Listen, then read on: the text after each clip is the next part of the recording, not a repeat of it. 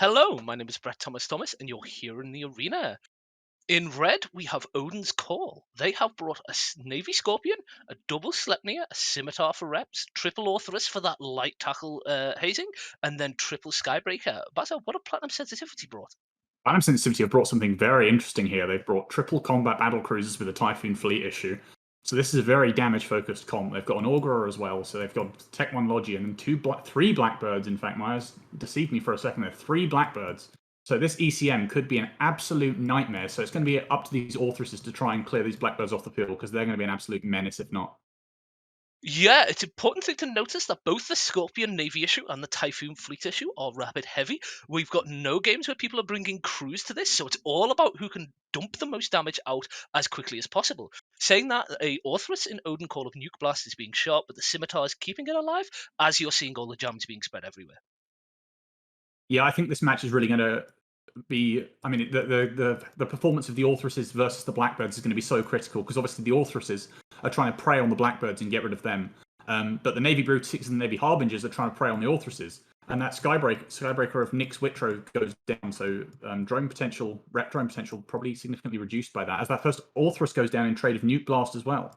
Yeah, you're seeing a lot of stuff on Platinum Sensitivity just get completely alphaed. That is because those double Sleipnirs are both artillery Sleipnirs, so combined with the Rapid Heavy and the Arty and the Orthrus clips, they have a huge amount of front-loaded damage.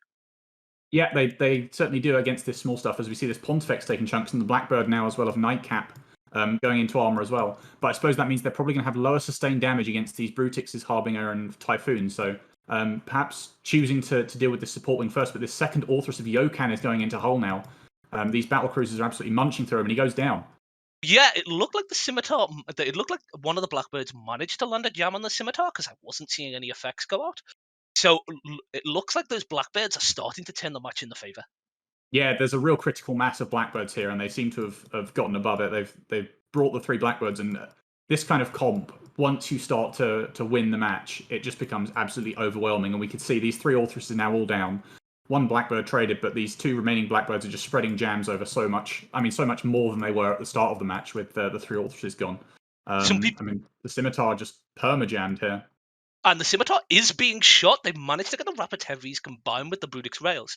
Also, the reason you're not seeing these Blackbirds get alphaed as much as we'd like is because the Blackbirds are fit with ABs, so they're mitigating all the tracking that these Arty Sleipnirs have, which is a real problem. We're only seeing Blackbirds go down once they get webbed.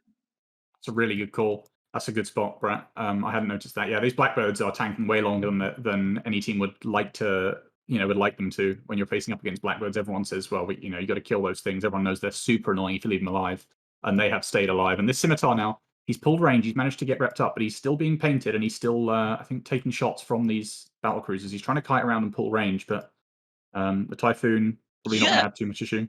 Yeah, with the double Navy Brutix, they have the ability to load super long range ammo and just shoot as far as they can lock. So unless the Scimitar pulls completely out of range, the Scimitar is going to stay alive. You're seeing some of the smaller ships, like the Harb Navy and the Typhoon, which may not have as much range, shooting at one of the Sleipnirs, while one of the Brutix is just firing pot shots into that Scimitar to keep it away, which is an excellent use of their varying ranges of each of the ships to apply the most amount of DPS while keeping stuff away. Yeah, it's really played by Platinum Sensitivity here. They forced the Scimitar off and said, well, he's over there. Let's kill this Sleipnir. And the first Sleipnir does go down. And these two Blackbirds are still just holding on. This Augur of FGI2 is doing absolute God's work here, keeping these two alive. Yeah, you saw something really, really good there. One of the Sleipnirs went one way, the other Sleipnir went the other way. So once the short-range ships of Platinum Sensitivity got on top of them, once they killed them, they have to burn the entire length of the arena because these arty ships can shoot the length of the arena. Yeah, and just as this match is really reaching its real critical point, just a reminder, this is a best-of-one bracket, except for the final. So after this match, if they lose, whichever team loses, if they lose, Odin's Call are out. They will not be in contention for an 80 prize frigate from this bracket. Yeah, and it's looking pretty grim at the moment. Gideon Zenknar in the Scimitar is doing so well at keeping himself alive. If you didn't spot, he used all of his boosts, just pulled out of range, and managed to reload before getting closer. So as all these ships are burning closer and are applied, he's got a second extra large Adsil clip going again. He has survived twice, maybe 3 times longer than he has any right to, and he's doing really well. If this match turns in its favor, it's going to be entirely in his hands. It's going to be all the work he has done. He's doing a great job for sure, but he can't hold on that much longer. He's just about 20% hull now. He's about to go down 10%, 5%, 2%, and he finally goes down. So these long-range Blackbird? guns, long-range application of the Brutix navies and the Harbinger navy just too much for him. I mean, the Blackbird is traded in return, but there's not much left. It's just the Sleipnir and the Scorpion navy for damage. These 3 Skybreakers obviously not too much of a concern. Yeah, it's a little bit too late to kill the Blackbirds because the Blackbirds are only jamming the larger ships like the Sleipnir and the Scorpion Navy now. It's entirely down to the Scorpion Navy, Sleipnir. If it manages to get out of range of these small ships, of these medium-sized like Brutix navies, it can survive, but it doesn't look like that as it drops into hull. These ships are just cutting it off. It's entirely down to a Scorpion Navy, which has rapid heavy, which probably won't alpha through things. Yeah, so like I said at the start of the match, I think it was really critical about how the Orthreses would be able to deal with the Blackbirds, and as it turned out, they weren't. I mean, this third Blackbird's still alive, and in fact holding under the reps now of the Augural. But if those 3 Blackbirds if those 3 Orthreses had managed to kill those Blackbirds off, this would have gone totally differently. The Orthreses, so much value in this format for 8 points with their speed, their projection, their damage, etc. But the Blackbirds sort of neutering the rest of their team and providing a little bit of time for these battle cruisers to kill off the Orthreses, and after that, the ECM pile up is just too strong. Yeah, Platinum Sensitivity did the really smart thing here because with it being heavy missiles on the Navy Scorpion and arty on the Sleipnirs, the only thing that could reliably hit the Blackbirds were the Orthreses, like you said. So they immediately went, that's our only weakness on that opposing team is those Orthreses, let's kill them. So once all the Orthreses went down, you saw the Blackbirds survive, and they made the right call to shoot the only targeting system that could fire. Yeah, Or, for well, sure. the only targeting system that could hit reliably.